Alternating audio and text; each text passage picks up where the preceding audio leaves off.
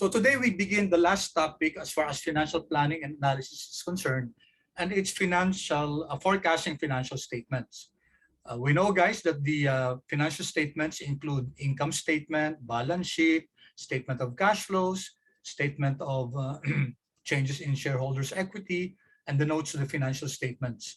For this lesson, we're just going to learn how to forecast the income statement and the balance sheet.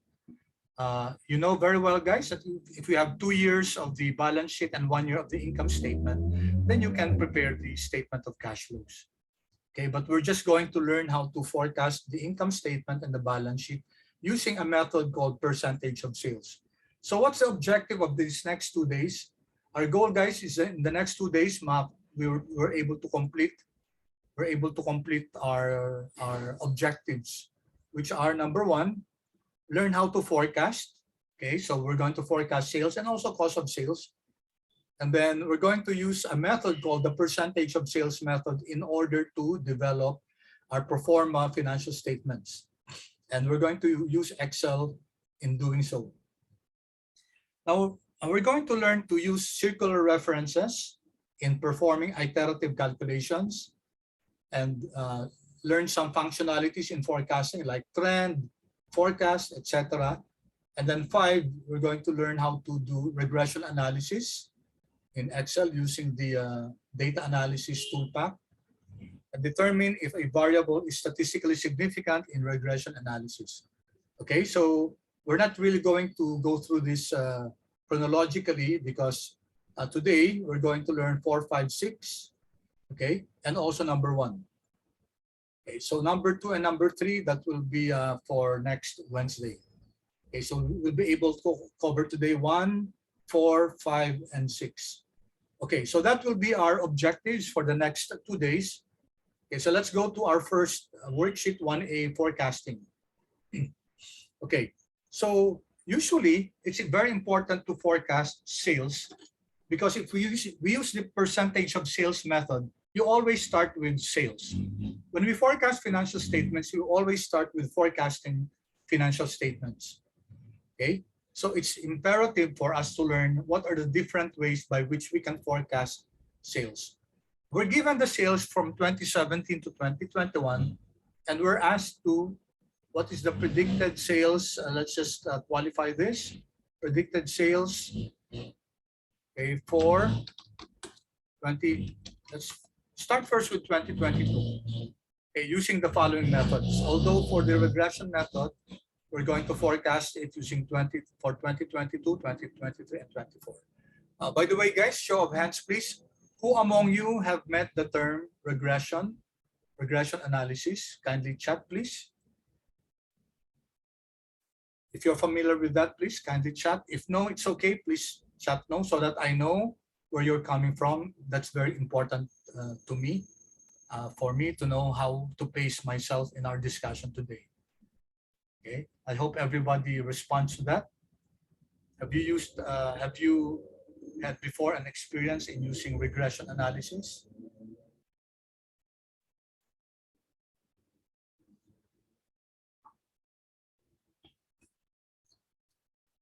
Thank you, guys. A few more.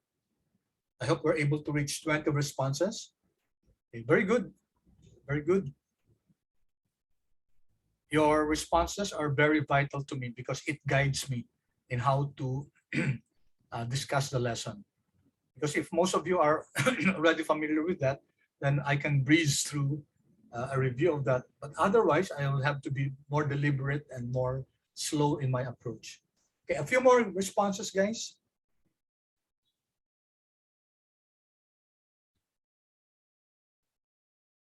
I need inputs from majority of the class.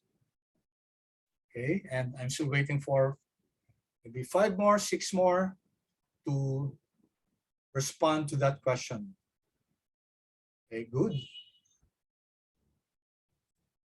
Good, thank you so much. Really appreciate, guys, your feedback. Kasi nakakatulong sa akin to. Yan, thank you. All right, yes, okay, yes, no, no, no, no, no, no. Okay, it's a mixed class, no? Merong kay Jules, gumamit siya ng stata. Okay, yung iba, Karamihan yes, meron din no. Okay, so maybe I'll go through it with the usual process, and then just ask questions along the way. Okay, so let's predict the sales for 2022. Okay, there are several ways by which we can predict sales. The first way is a very simple naive forecast. Okay, so what's the if we're going to predict the sales for 2022 using what we call the naive forecast, what will be our forecasted sales? Anyone? Anyone from the class? Yes. Sir, if we're going for 2022, it should be the sales from the prior year, which is 2021. Angelo, sorry, medyo choppy yung audio mo. So again, ano yung forecasted sales natin using a naive? If it's using naive forecast, sir, it will be getting from the previous year's sales. Okay, very good, very good. Thank you so much, Angelo. Okay, yeah, correct. No, perfect. Perfect answer ni Angelo. So guys, pag naive forecast, wala tayong gagamiting model, wala tayong gagamiting computation. You just use the previous sales. So ito. Okay. Okay, so is this used? Yeah, sometimes, guys, sometimes if the management feels that there will be no changes as far as sales is concerned, then they might resort to the naive forecast. But usually because of the dynamic environment, because of changes in the maybe in the market environment, because changes in the demand for the product, then usually guys, hindi ginagamit yung naive forecast. No? Usually may mga criteria na ini-impose ang management in order to predict sales for the next year, for the next 2 years, and maybe for the next 3 years, but not so much in the far in the future. Kasi ang hirap guys ma-spell out ng dynamic environment ng market, especially if it's a very dynamic environment. Dati nakakapag-predict ng 10 years down the road.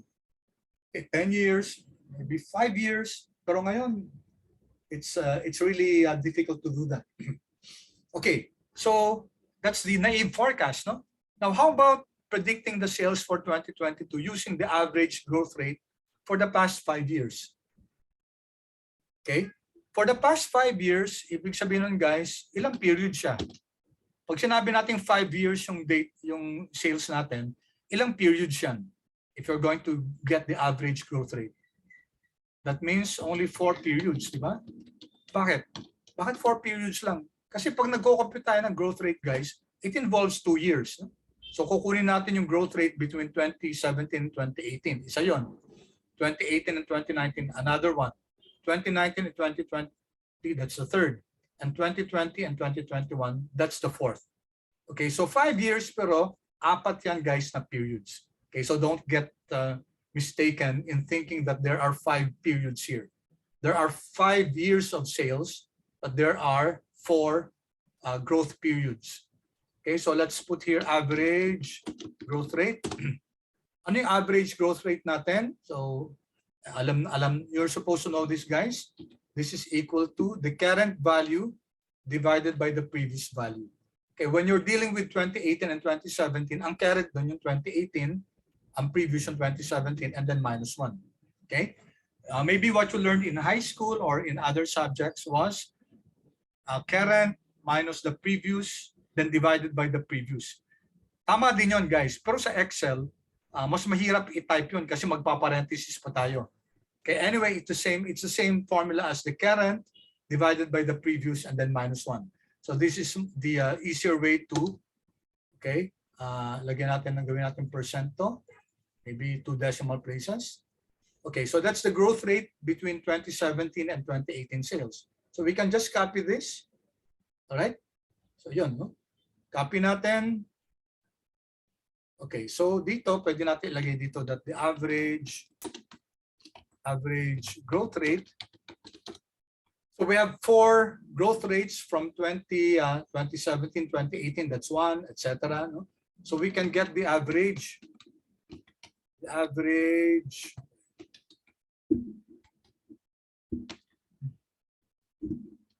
Sorry. our average will simply be the average of our growth rate. So our average growth rate is 20.30 for the past 4 periods, or for the past 5 years. Okay? So knowing the average growth rate, guys, we can now compute for your projected sales using the average growth rate for the past 4 periods. So that will be equal to the sales of the previous year, multiply that by your average growth rate, 1 plus the average growth rate, which is 20.30. There. Okay? And we get, okay, copy ko lang yung formatting nito, format painter, this one.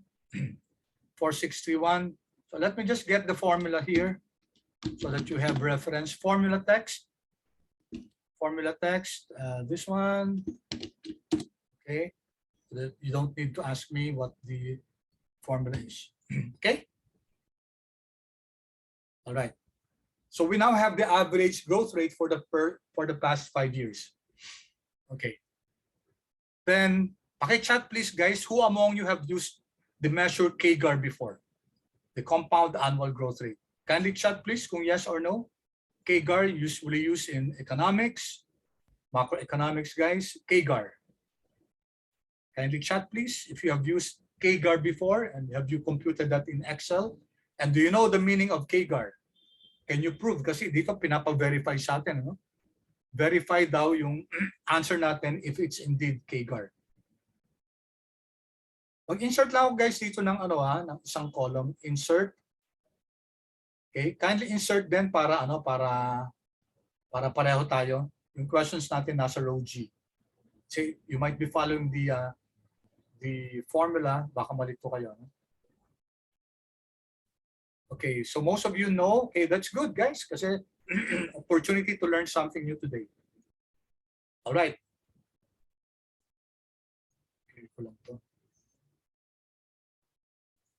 Okay, CAGR, guys.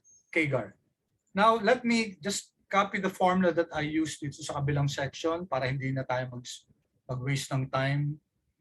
Okay. So let me just copy the equation here. Control C. Okay, dito. And let me first hide this. Okay. So we know, guys, that the formula to determine to compute for the future value given the present value is equal to the future value is equal to present value times a compound rate, 1 plus r raised to the t. Okay. We're going to compute for the CAGR, guys. We want to know, dito lagyan ko nga ito ng pasensya na, no? Lagyan ko lang ito ng F2. Let me just put a color here so that you can easily see the formula.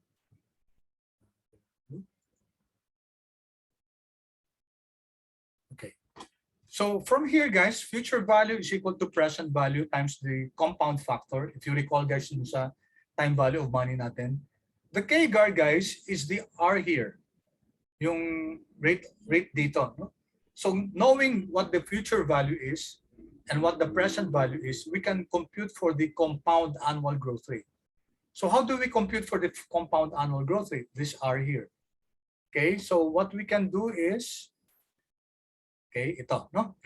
So mathematically, it can be shown that we transpose present value, magiging FV over PV siya, is equal to 1 plus R raised to the T. It's just equal to the compound factor. No? Okay, now what we're interested in is to compute for R. Paano natin makukompute si R? Kailangan matanggal natin exponent dito. So from your algebra, we do this by exponentiating both sides by 1 over t. So if we raise this to the 1 over t, the left side, and we raise the right side to the 1 over t, ang mangyayari dun, guys, maka-cancel out yung exponents, di ba?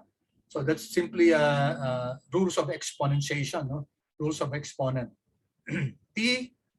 Exponent t raised to the 1 over t, that will cancel out yung ano natin, no? cancel out your exponent. So let me flash this formula now. Okay, so renace natin yung left side to 1 over t, and then renace din natin yung right side to 1 over t, and then that exponent cancels out. T times 1 over t, no? That's equal to 1 na lang. And finally, guys, to compute for r, we just transpose yung 1. So that's fv over pv raised to the 1 over t minus 1, and that's your r, and that r is called your kgar, compounded annual growth rate. So ito, sorry, nagkamali ako dito, may kulang. It should be, highlight lang guys yung t, no? Palitan siya ng 1 over t. Enter, there. So our kgar is equal to the future value divided by the present value raised to the 1 over t and then minus 1. All right. So let's compute here, guys, our kgar, kgar 1 and kgar 2. So using the formula, using the Excel function. Okay, I'll give you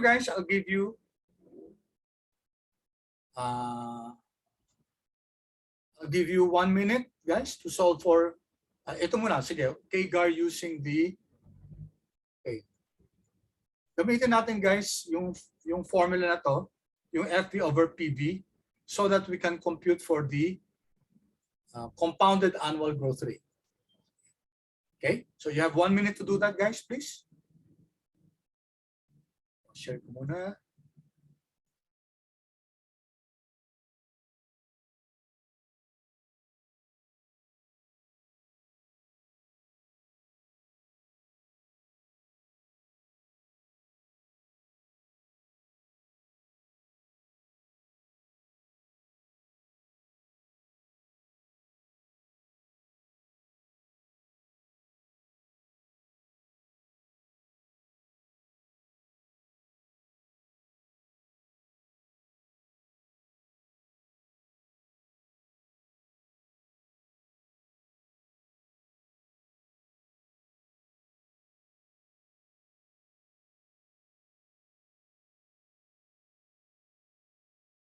I'm getting 19.46 as our kgar. So if you got this answer, guys, kindly chat. Chat, please, yes. If no, guys, please chat no, so that we can discuss.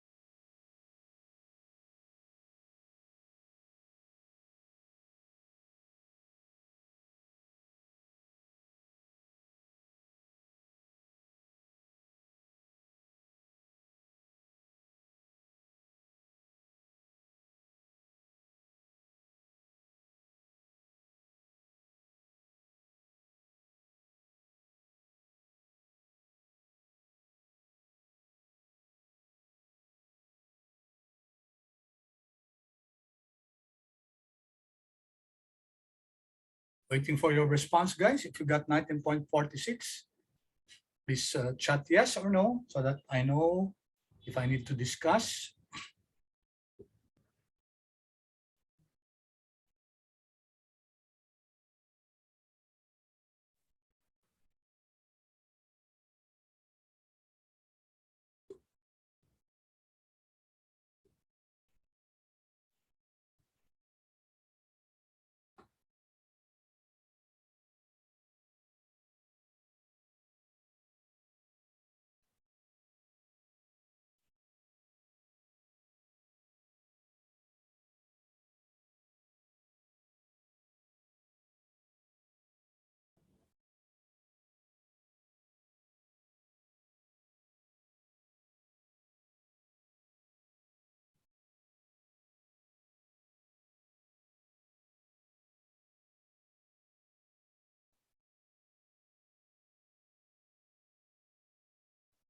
How about the rest, guys?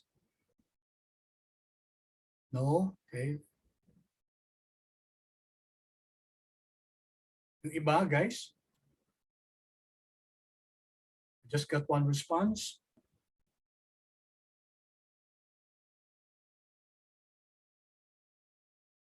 Were you able to get 19.46%? Okay, so may comment dito. Thank you, Mark. Thank you, Louie. Ang sabi dito. Dali. Angelo, sir, I'm confused on how to use a formula. Could there be? Okay, thank you. Okay, sige. Discuss ko, guys, ha? All right. Let me delete this. Okay, we're computing for the KGAR, guys. And the formula is this one, the future value divided by the present value raised to the 1 over t. Okay, you have a series of sales here. Okay, let's peg first, ano yung future value natin? So gusto natin kasi i-compute kung magkano yung average growth rate nito, a constant growth rate from 2017 hanggang 2021. So we're starting with 2017 and ending with 2021. No? So let's see. So that will be, future value natin will be 2021. Okay? Divided by present value natin will be 2017. Yun ang ano natin, yun ang period natin, di ba? From 2017 hanggang 2018, hanggang 2021. And then we raise natin to the, sabi natin 1 over t, where t is your number of periods. Okay? Although 5 years to, sabi natin kanina, although 5 years to, there are only actually 4 growth periods. Okay? So madali lang yan, guys, kung konti, no? Eh kung marami, kung mahaba, then it will be difficult for us to count how many periods given the years. So pwede nang gamitin natin yung count function, count of, and then highlight sales or the year, pero leave one off, no? Okay? So pwede natin i-leave off yung isa. Okay, so that will be, okay, kaya kung tingnan natin, guys, itong count na to, of course, we know that that should be F9, that should be 4 lang, di ba? Kasi 4 na periods lang yan. Control Z. Okay, and then of course the -1. Okay, so Control Enter. All right. So let me just show you the formula.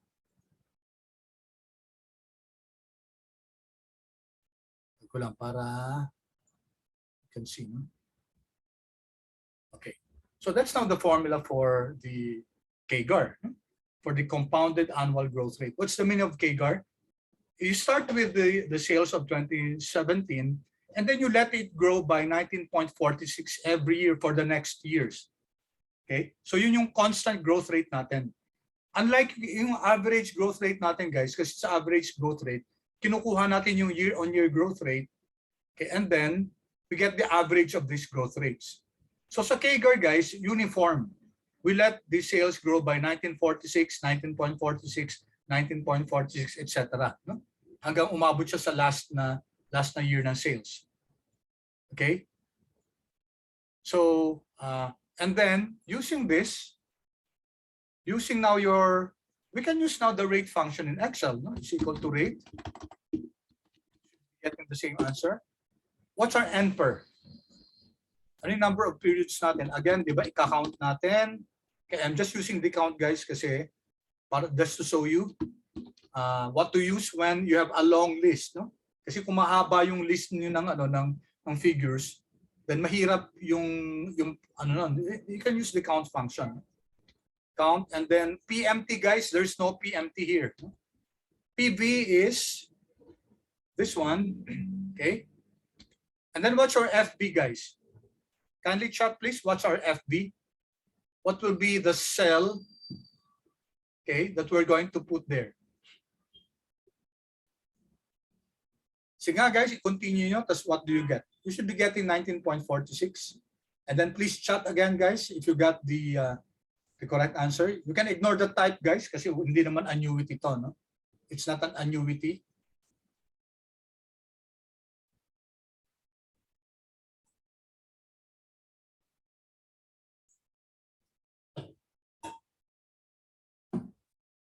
Okay, so paki-chat ulit, guys. Did you get 19.46? Yes or no, please.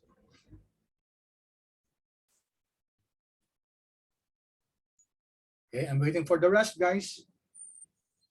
Okay lang, guys, kung no, maganda nga yun kasi we're going to see ano yung dapat nating gawin, no? Okay, let's wait for the others. Use your rate function.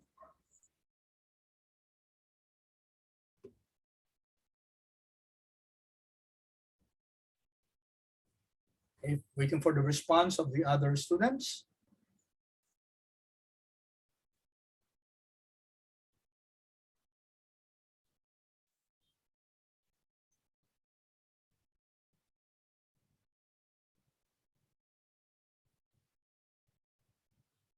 Okay, a few more. 60% pa lang tayo na response rate. I'll be happy with that. A few more responses. Very good. Very good. For 50% pa lang tayo. Okay, a few more. Let's wait for your classmates to respond, and then I'll see your responses. I haven't seen your responses. I don't know if it's yes or no. A few more responses, guys.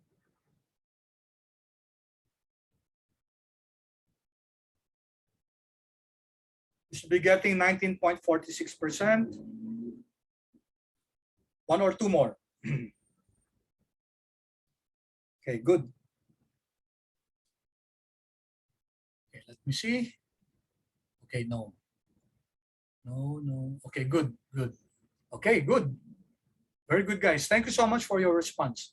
Okay, ano nilagay nyo dito? Ano yung future value? Let me see. Nag-chat. Elisha.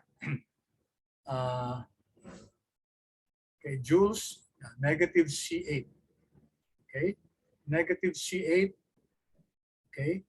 So dapat to, negative C8. Bakit negative, guys? Remember yung sa cash flow natin kay Excel, di ba? One cash flow has to be an inflow, the other one has to be an outflow. Kasi pag ginawa natin parehong positive to, then you're telling Excel, pakihanap nga yung rate na panay positive ngayon na makukuha, tapos positive na 3,850 pa after 5 years or 4 periods, no? Which is not right. Wala namang ganong investment, di ba? There. So you should be getting 19.46 also. Yan. Okay. And let me just flash this.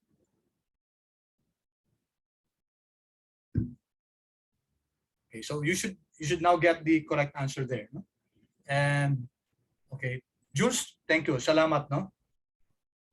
Angelo, it's a sales of 2021, ha? Kasi sales ang tinitingnan natin dito na figures.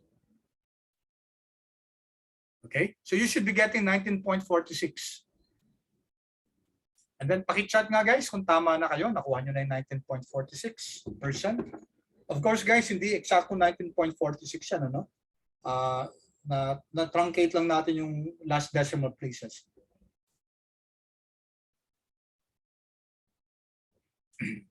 So I hope you were able to get it. Okay, good. Thank you so much, guys, for your feedback. Okay, next is verify the answer. No? Dali. So kunin pa natin yung projected sales. No? So our projected sales using KGAR will be the sales of the previous, diba? Multiply that by 1 plus our KGAR. Okay, lagyan na natin ng pangalan KGAR, guys, para ano. Let's give this a name. Ito na lang. KGAR. C-A-G-R. Enter. Okay, so this is equal to our sales, the previous sales, multiply that by 1 plus the our KGAR. C-A-G-R. Compound annual growth rate.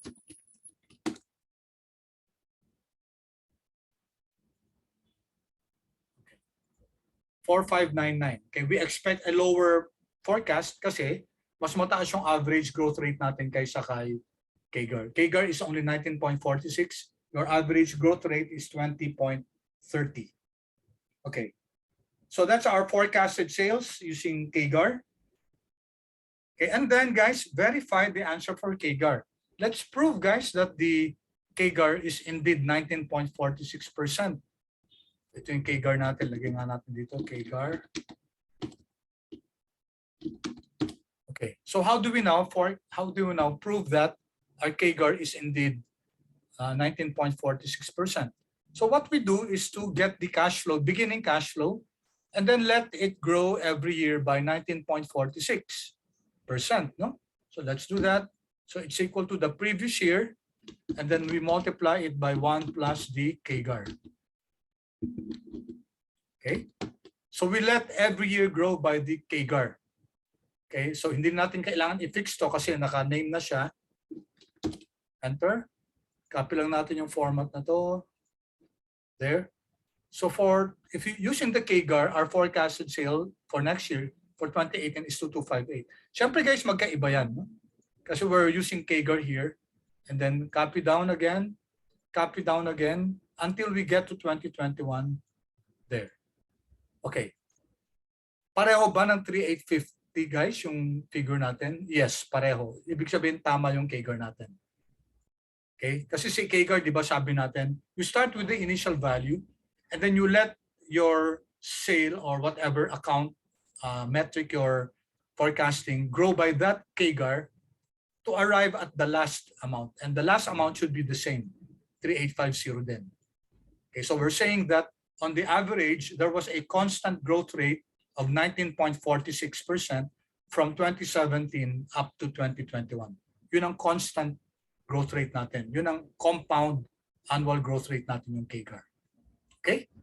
All right. Pause muna ako, guys. Any questions? Clear ba so far? Paki-chat nga, guys, kung clear so far. Kung clear or no, guys.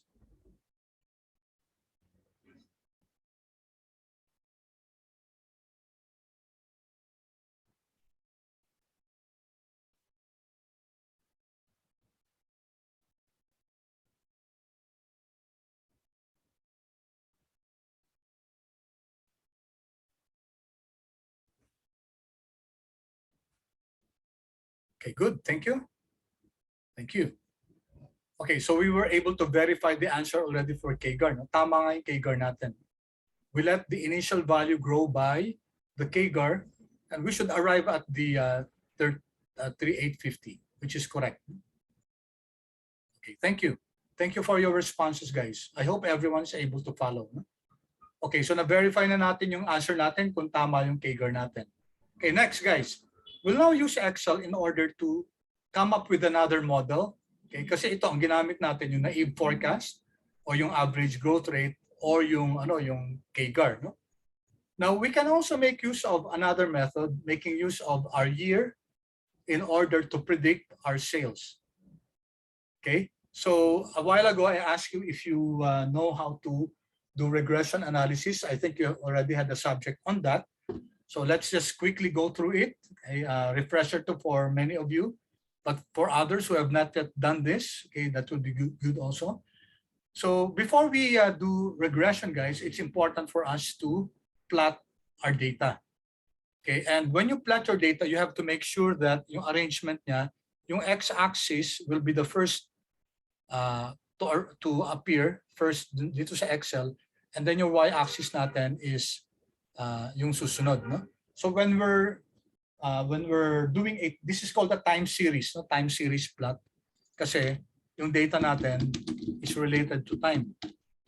It's called a time series plot. Ang x-axis natin is usually your time, and then your variable is your y is your variable kung ano yung mini-measure natin.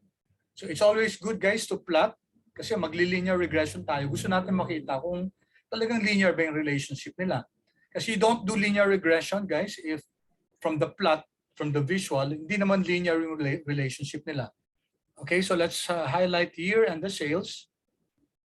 Highlight it, and then let's plot this. Highlight, then insert. Insert, and then we can use charts. Okay, yung ribbon na charts dito, and then let's use scatter plot. Usually pag time series, guys, we use a scatter plot, and let's not use any lines. Okay, ito lang, no? All right, so let me just move this.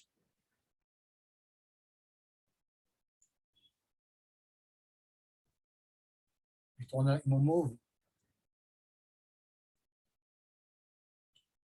Okay. Pause muna ako, guys. Nakuha niyo ba yung ano? Nakuha niyo ba yung ano, yung plot natin ng time at saka ng sales?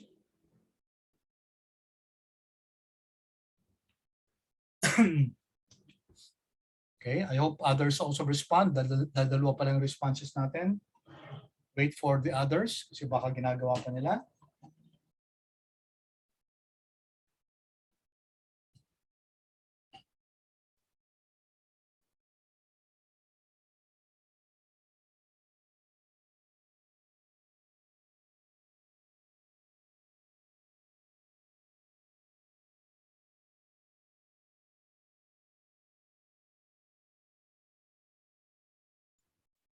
Okay, a few more, guys. Six responses. Okay, very good. But let's wait for the others to respond. Okay.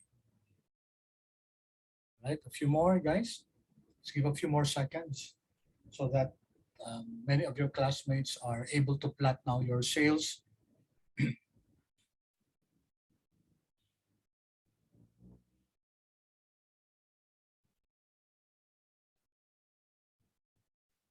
Okay, good, good. Okay, thank you. Okay, so let's improve our plot a bit kasi medyo unang-una tingnan natin yung sales, no, yung year may 0.5 pa. So I'll first remove the vertical and horizontal grid lines. Palitan ko yung year, ano, kasi may 0.5. So let me right click this, format axis. And then minimum, pwede natin gawin na lang na 2016. Maximum, pwede tayo mag-extend ng 1 year, 2022. Major natin, 1. 1. So that's okay. Kung tingnan nyo, guys, okay na. No? Okay. Okay, so at least, guys, gumanda naman yung ano natin, yung pag-plot. Now, mukha bang may linear relationship si sales at saka si time? Okay, ang pattern ba niya parang linear din? Paki-chat naman please. Or is it parabolic na medyo pa U-shape upward or U-shape downward or U-shape to the right or U-shape to the left? Or does it look linear? Okay, thank you, Jean. No? Thank you, Angelo. You're correct. No? Linear naman, guys, yung relationship nila. Okay. Now we establish here, we draw here our regression line. Okay, we draw here our regression line, and it's in Excel, it's very easy to draw your regression line. So just right click in any point here, right click lang natin. Okay, right click. Pag na right click na natin any point here, no? Right click any point, right click, and then dito, no? Add trend line here.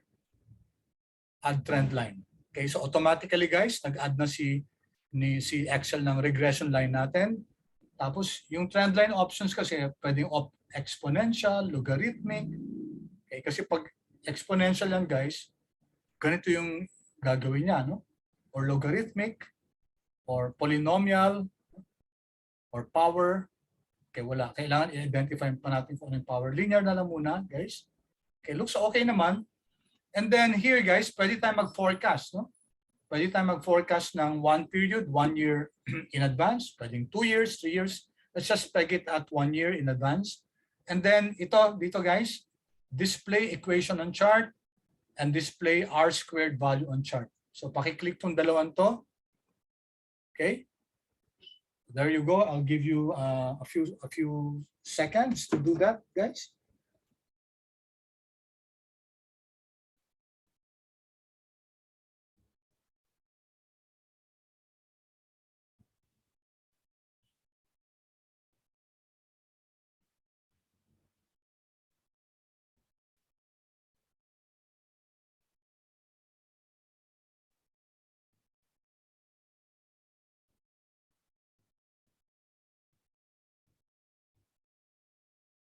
Okay? All right. Any questions so far, guys? Are you done? Any questions?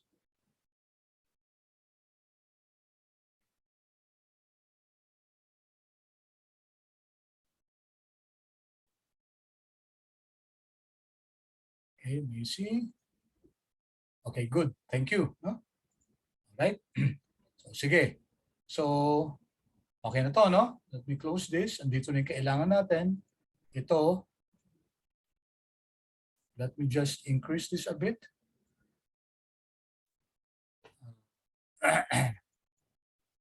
Okay, ko siya, i-bold ko siya. Okay? Then, color change ko. Okay. So, what's this, guys? What's this? This is the equation of the line. Ayusin ko lang to, i-format ko lang tong click ko to, tong line na to. Okay? Format. Ibahin ko lang siya, outline niya, gawin kong okay, 3 point and then dashes. Okay, solid line ko. Masyadong malaki yung weight. Bawasan ko. And then I'll make it colored red. There. Okay, so this is our regression line. Okay. This now establishes the relationship between your, baguhin natin to, Y sales and your X. Your X is your year. Dilitan ko to, control 1. Okay, I'll make it a subscript. Okay, and then our year here, control 1. I'll make it also a subscript para mas maganda yung equation natin. Okay, there you go. So there's our equation. Okay, so let's interpret this. We now have a linear relationship between your sales and your year. Okay, so ginagamit natin, guys, yung x-axis natin si year in order to predict or to explain our Y variable sales. So the equation is Y sales is equal to this amount, 525245 times X year minus this certain value. Okay, and ito, guys, we call this the regression line. And there's a specific method to compute for that. No? Given the points, yung sales natin at saka yung year, there can only be one and only one unique regression line. Okay? So wala nang ibang pwedeng line, no? Control C, Control V. Oops, mali. Control C.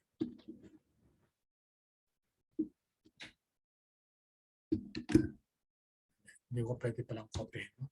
So what I was saying is, mag-insert lang ako ng line na to. No? Insert. Itong regression line na to, which is defined by this equation, that's a unique line. Ibig sabihin, there can only be one regression line for a given data points. It cannot be this. It cannot be this line. Nor it cannot be any other line. Iisa lang yan, guys. Unique line. Unique yung line na yan. And although, guys, it's not really a part of this subject, but let me just show you that the method being used for this is ordinary least squares. Okay, or it's called the method of least squares. Yun ang method na ginagamit, no? In order to determine this regression line. Okay, bakit siya tinawag na least squares? Kasi kung if we draw a line here from the actual data point to our forecasted line, okay, so may mga distance yan, ano? Ibig sabihin, yun ang error terms natin. No? Tapos yung error terms na yan, square natin, guys. Kunyari ito, 2, kunyari 2. 2 squared, ito kunyari 1 squared, etc. Then pag sinum up natin yan, guys, this line will give us the line of best fit or the line that gives us the minimum squared errors or least squares. Kaya nga, unique yung line na yan. Kaya hindi pa pwedeng yung isang data set natin may 2 or more na regression line, iisa lang yan. Okay? So, now we have to know what this means. Itong 525 na to 245 times X here. Naalala nyo, guys, yung sa math nyo, when you're comparing, when you're Diba? Sa algebra nyo, you have y is equal to mx plus b. If you recall guys, sa equation sa algebra nyo, yung equation ng line, ito yan, y is equal to mx plus b. Okay? So you have your y here, you have your m, itong 525,245, and that's your x variable, and then you have your b. Okay? So your m is your slope, so a little algebra na lang, and your b is your, okay ko lang m,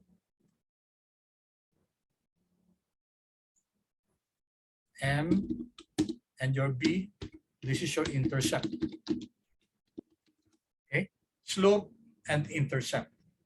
Okay, may mga special meaning tong slope and intercept na to. No? Okay, ano ba yung slope natin dito? 525,245. Yun ang slope natin. Diba? So what does that mean? It means guys that ito yung marginal effect ng year on your sales. Ibig sabihin nun, sa bawat 1 unit increase ng taon, sa bawat 1 increase ng 1 year, there's a corresponding 525,245 increase in your sales. So pagdagdag tayo ng year, tumataas ng 525,245 yung sales natin. So yun ang increment, no? Yun ang marginal impact ng year on your sales. Dagdag tayo ng isang year, sales will increase by 525,245. Now this number, itong negative 1 plus 09, this is exponential notation o negative. Mamaya titingnan natin kung ano yung number na yan. Okay, it's the intercept. Okay, it's the value of your sales when your x is 0. Okay, so ano ibig sabihin ng x is equal to 0? Yung x here is equal to 0 natin. Well, that's kasi sa data natin, ang x natin yung year 2016, 2017, 2019, etc. So pag 0 yung year, ibig sabihin ng year 0. Okay? Year 0 siya. So when x is equal to 0, year 0 guys, your sales is equal to negative something. Okay, so practically that does not mean anything. Kasi hindi naman pwede maging sales ng negative, no? Walang negative na sales. And also guys, yung prediction natin to, yung predict na slope at saka na intercept, that was taken from a year level from 2017 up to 2021. So there's a name for that. Ang tawag dyan, relevant range. Relevant range. So predict yung slope, kinumpute yung slope at saka yung intercept using the years 2017 to 2021. Okay? So when you're forecasting years way outside that region, okay, take your prediction with a grain of salt. Kunyari, ipe-predict mo, ano yung sales ng year 3000? Teka muna guys, sobrang layo na nun, ano? Yung year 3000. Okay, kasi ang data lang natin from 2017 to 2022, 2021. We can predict sales yung malapit lang, 2022 maybe, 2023 maybe. Or backcast, no? Kasi ito forecasting, backcasting naman yung sales pabaliktad, 2016 or 2015. Pag malapit lang, no? Pero pag malayo na guys, okay, kunyari predict sales in year 3000. Abay, ibang usapan na yan guys kasi hindi natin alam yung behavior ng sales way out into the future. So yung regression model natin na to guys, it's only good for values that are within the relevant range from 2017 to 2021 or pwedeng outside that pero close lang, no? Pretty close enough. In fact, ito nga guys, ito yung 2022 sales natin, yung predicted natin.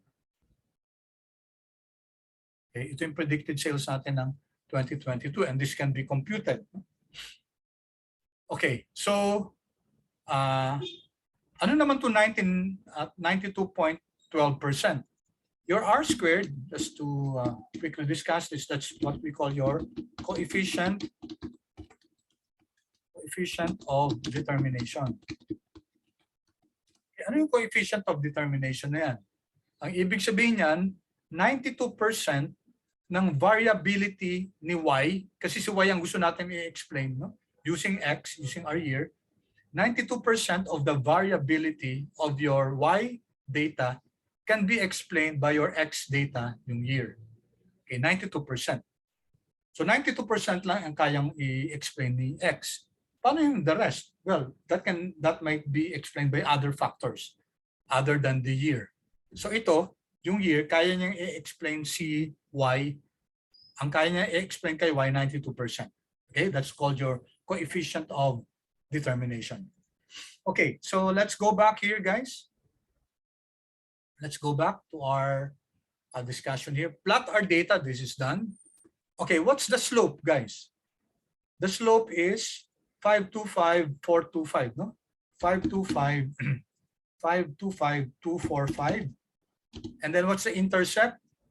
Well, hindi kasi natin makita, kaya lagyan lang natin negative 1e plus 0.9, no? Okay, whatever this one means, guys.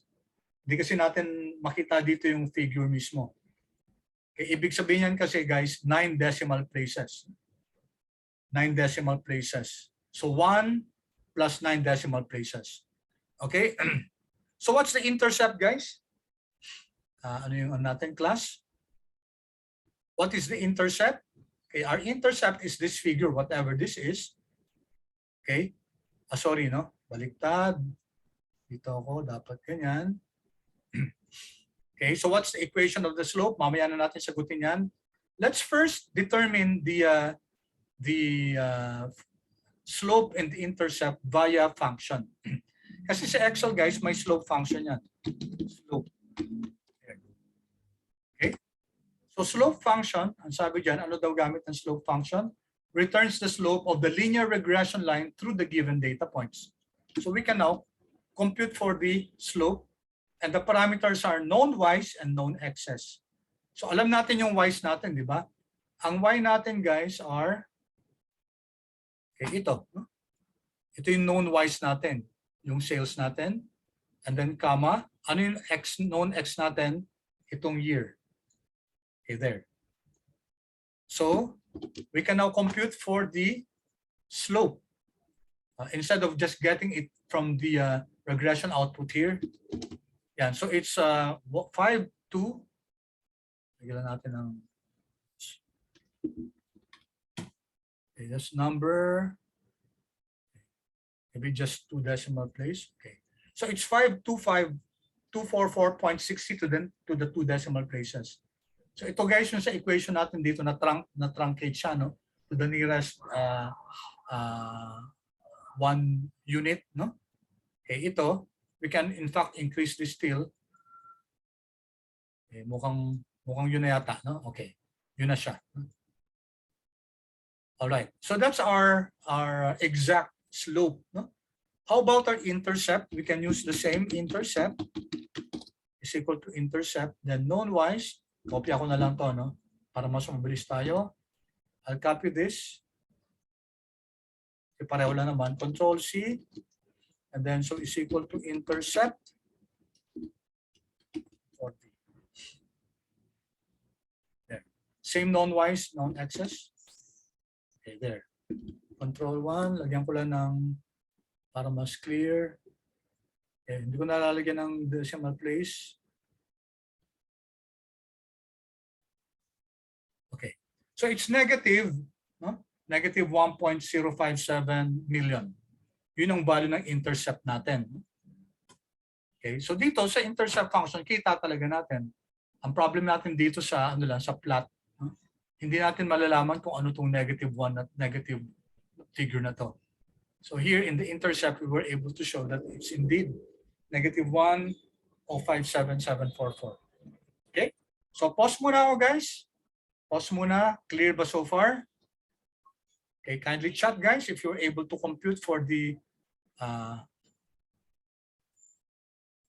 slope and the intercept. So which means, guys, that our equation, by the way, is y sales is equal to 525,244.6, and then multiply that by times x here, and then minus 1057744. 581.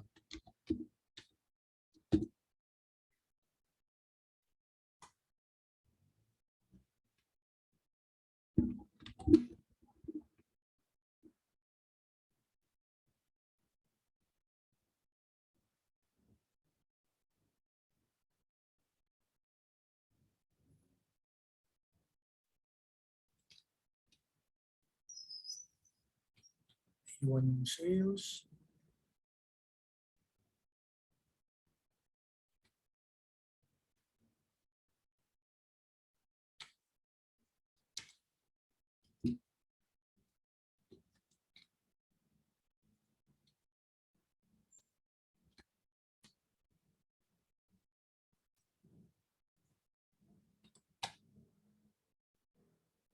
Just fixing the okay.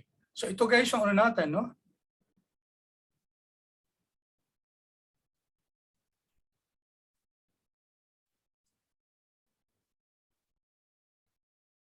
Equation natin, no?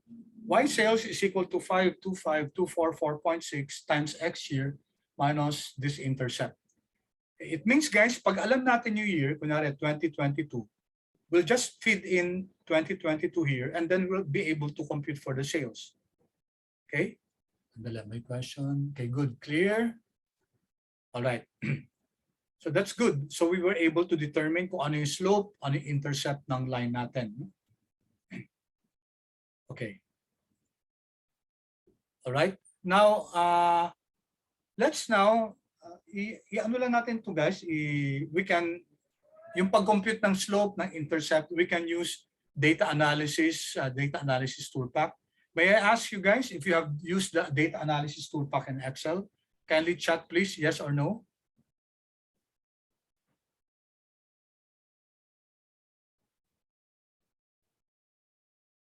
Okay, good, good. So most of you have used the data analysis toolpack. Anong subject yung nagamit yan, guys? May I know kung anong subject yung nagamit?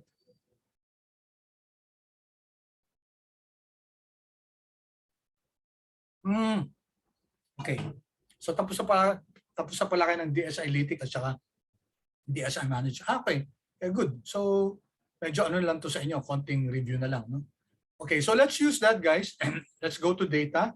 And you should have this data analysis, guys. Naka-install na sa inyo to, no? Data analysis, and then we use regression. So yung analysis toolpack ni Excel, maraming ano yan, maraming options, no? May ANOVA, may F-test, etc. We'll use regression. Okay, click OK, and then we have this. Okay, cancel all ko na muna to. And then, okay, saan na ba yung wala dito? Okay. So input range natin guys, input range natin is Y, di ba? And then notice that may ano dito, may provision to include the labels. So we can include sales, the label for sales. So highlight natin to. And then for the X, guys, for the X, okay, that will be the year there. And then include the labels. And then output range natin, let's just put it here, somewhere here, guys. Dito lang natin lagay, dito somewhere here. Lagay ko sa A1 para pare-pareho tayo. And then let's not mind, guys, the residuals, the residual plots. That's not the object of our lesson. Okay. Okay. There you go. We now have, guys, our regression output. Okay, so you have met this, guys. Okay, I'm sure this was already discussed with you before. So just very quickly, yung multiple R natin, this is the correlation. No? This is the correlation between your sales and your year. As much as possible, guys, when we're doing regression, gusto natin, guys, yung correlation natin ng independent variable natin at saka dependent variable natin. We want it to be high. Ito yung kanina, guys, yung R squared natin. This is your coefficient of determination. No? This tells us how many percent of the variability, okay, ito, ilang percent ng variability ng dependent variable natin, which is your sales, can be explained by your independent variable year. Okay? All right, then we have this. Okay? Ito yung kanina yung intercept natin. So let me just increase this. Okay. So di ba ito siya, no?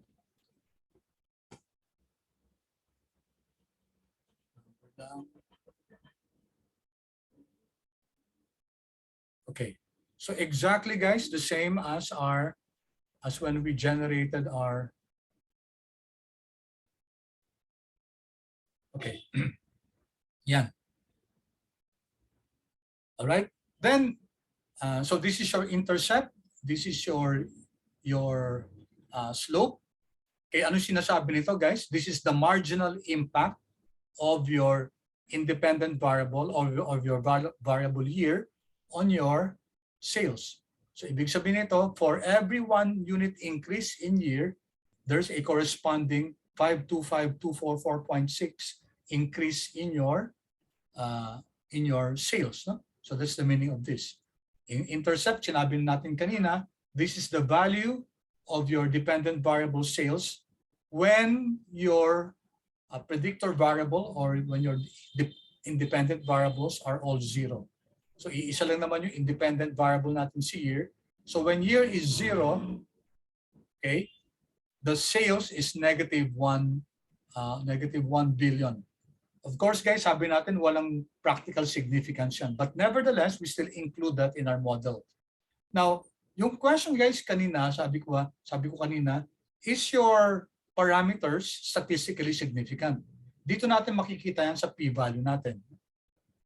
Okay, this is the individual tests of our parameters. And usually, ang benchmark dyan is 0.05, which is called your level of significance. No?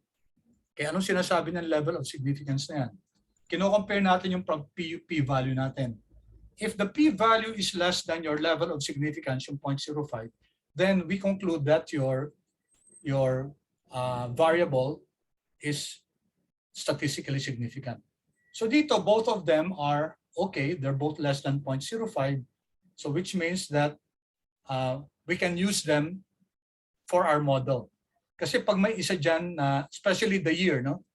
Pag yung independent variable natin na year, if it's greater than 0.05, then hindi natin pwedeng magamit yon to forecast our sales, no? Okay, si intercept guys, kahit na greater than 0.05 to, we still use that for predicting our year. Okay? So ito guys ito yung regression model natin.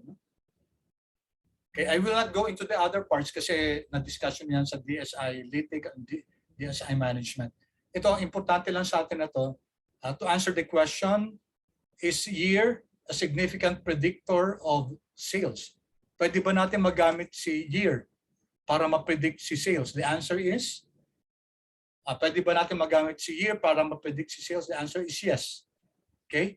It's yes, because the value, the slope of year is 525,244.6, which means that for every 1 year increase, there's a corresponding 525,244 increase in your sales. Okay? And is that statistically significant? Yes, because your p-value is less than 0.05. Okay, so yun ang conclusion natin. Kung tatanungin tayo, significant ba si year para i-predict si sales? Yes. So pwede. Okay, so let's now predict our sales. Okay, let's just try to predict 2022, 2023, and 2024. Okay, we can predict that. Okay, there are 3 ways to do this. Okay, in fact, more than 3. Okay, so una, gamitin natin yung equation natin. No? Ito. So yung equation natin, sales is equal to the slope, this one, okay, times the year minus the intercept or plus the intercept. Okay, so let's do that. So this is equal to, ano yung formula natin? Yung slope natin, diba this is our slope, right? Okay, maybe we can give this a name. Bigyan natin to ng pangalan, ano? Let's give this a name, slope. Okay, there, I gave it a name. And let's give this a name, Intercept.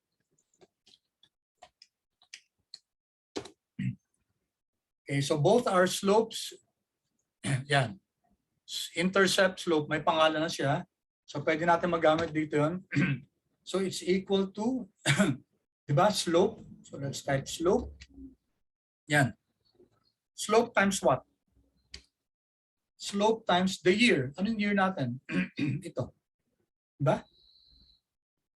Right? And then plus your intercept. Let's just get the intercept. So there, guys, ito na yung formula ng sales natin. Our sales is equal to the slope times our x, ito yung year natin, plus the intercept. Okay? Anyway, yung intercept natin naka-negative, ano? So magma-minus talaga yan. Okay, Control Enter.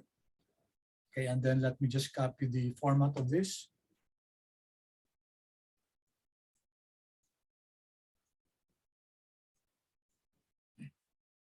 All right, so that's our forecasted sales for 2020. Okay, so can we copy this? Okay, pause muna ako, guys. Sige. Sorry, baka na-delay na kayo. Okay, let me pause for a while. And kindly please chat if okay na, guys, yung ano, yung forecast natin for 2012. And then we'll just copy this down, 2023 and then 2024.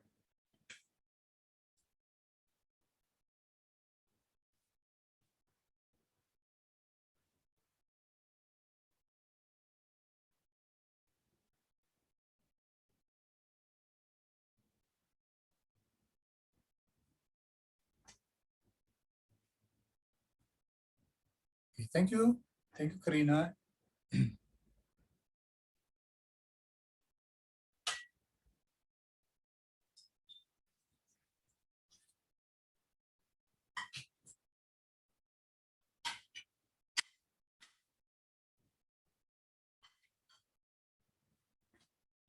The rest, guys, control.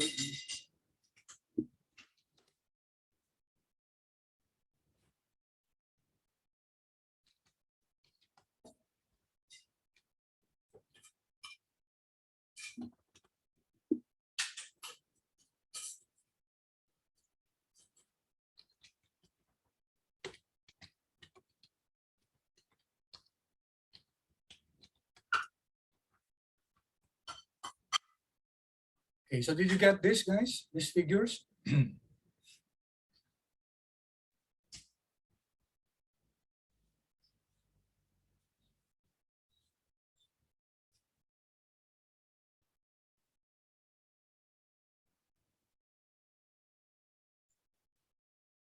good, good. Okay, so quickly lang, guys, tingnan natin, by how much was sales increasing?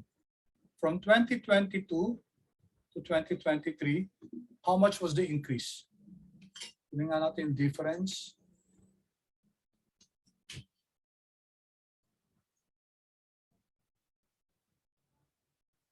Okay, notice you guys yung difference.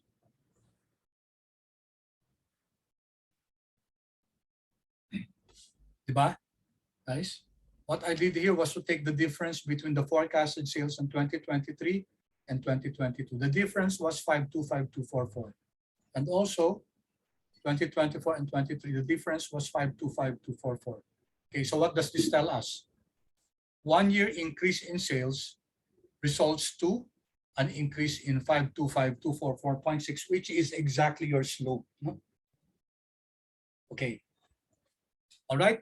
So we can also, guys, use the trend function. Let's use the trend function. Trend function, guys, sabi, ano daw yung known Ys? Ang known Ys natin will be our sales. Ito yung sales natin. Okay? And then we can fix this since we're going, since we're going to copy this down. Okay, pababa. So no need to fix your column, comma.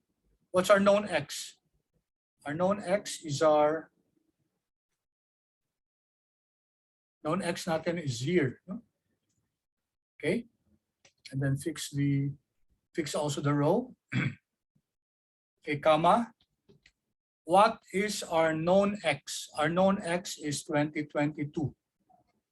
Okay, known X is 2022, and then close. Control Enter.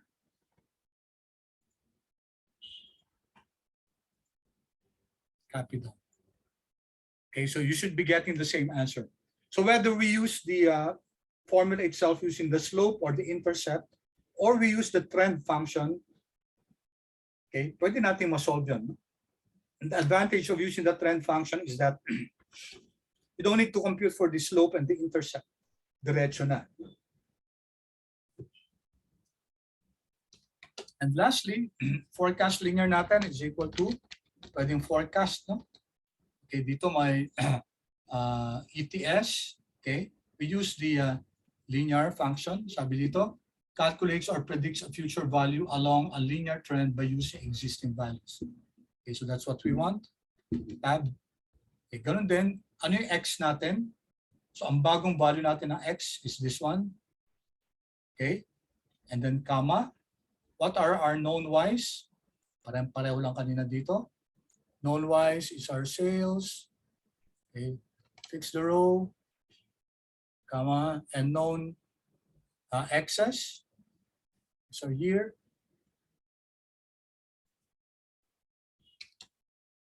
Okay. Control Enter. Okay. Exactly the same, guys.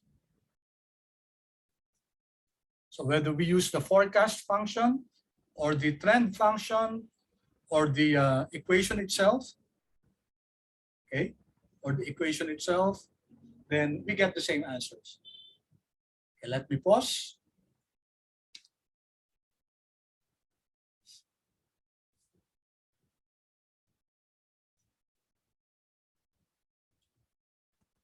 It's almost time.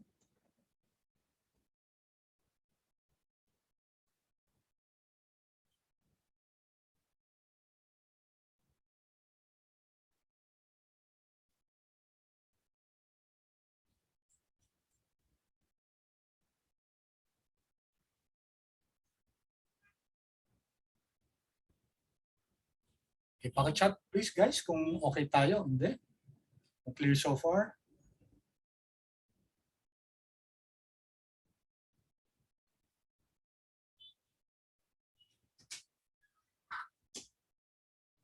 Okay, thank you so much. Thank you. Okay, so I hope guys may mga bagong functions kayo na natutunan ngayon. Or lahat ba ito natutunan niyo sa DSI Lytic or DSI Management? Something new today, guys? Oh, good. Thank you, Angelo. No? Can you upload the file? Oh, sige. Gina, I'll upload the file. Okay. Upload ko yung file. Sige, para makita nyo rin. Okay, so that's good. Thank you, Angelo, for your feedback. Okay, so guys, since nagawa na natin to, okay, ito hindi na natin gagawin. Your assignment is to compute for this one, this time for the cost of goods sold. Okay, pareho lang naman guys, no? Pareho lang, given tayo ng cost of goods sold from 27 to 2021, then using the same thing, using exactly what we did a while ago, kindly compute for the cost of goods sold. So that next meeting, okay, comparison na lang tayo, and then punta na kagad tayo dito sa using now both cost of goods, using now sales in order to forecast our cost of goods sold. And then we will forecast the income statement and then the balance sheet for this company, Pikachu Products Incorporated. Okay? Any questions, guys? Any questions? Okay, as promised, guys, I'll post itong Excel na to after our class. Ito yung kung ano nagawa natin para for those of you who were not able to follow. I'm sorry kung masyadong mabilis, no? Okay, any questions, guys? Okay, good. Thank you so much, guys. Please keep safe. Salamat, guys, sa participation nyo. Salamat sa feedback nyo. I always appreciate that from this class. Okay? Sir? Yes? Sir, yun announce po last meeting that you would open po yung mga reading assignments po ulit. Oo. Yes, I'll do that, no? I'll do that kasi may nag-question sa akin na hindi daw ulit na hindi daw na-record. But anyway, I'll open that first. and then give deadline up to Friday, no? Yeah, thank you for reminding me. I'll do that and also post this Excel file. Okay. Thank you, Sir, sir. I'd like to clarify lang. Sorry? Regarding the Thank you, sir. Okay, thank you. And then guys, yung ano nyo yung group quiz please. Yung hindi pa members. Okay, make sure na kasama kayo guys sa ano sa members. Okay, salamat guys. Thank you so much. Keep safe, and yung magpapa-check ng attendance, kindly please remain. Sino magpapa-check ng attendance? Sir, last, can I ask? Yeah, sure, what's go. The group work? Sorry, Angelo. The due date for the quiz group work. Thursday ng 12 noon. So I'll give the quiz tomorrow. So you have 2 days to work on it. It will be about time value of money, also about amortization. Okay, thank you, sir. Okay, thank you, Angelo. Sir? Yes. Sir, about the one I was mentioning that I messaged you. Yes. But Yes. sir, Chloe. because what I did for the homework was, at that time, I didn't have like access to the book yet. So what I did was I put it on like a separate So Excel file. yung reading assignment to? No, sir, the homework. Anong homework? Yung The one that you assigned. I think so, sir. The one that... Wait, sir, I'm yung gonna cash open. flow ba yun or what? Let me double check. Sir, the homework number 1. I think, sir, it was... I'm not sure if it was a reading assignment. Baka but hindi like, reading assignment, no? no, sir. So i-check mo, Chloe, kung ano siya, tapos i-PM mo ko, ha? Para i-open it. Mag-chat din ako sa iyo para i-open ko para doon mo i-post, ha? Okay, sir. Okay, sige. Thank sige. you. Okay, thank you. Sige. Attendance, wala na?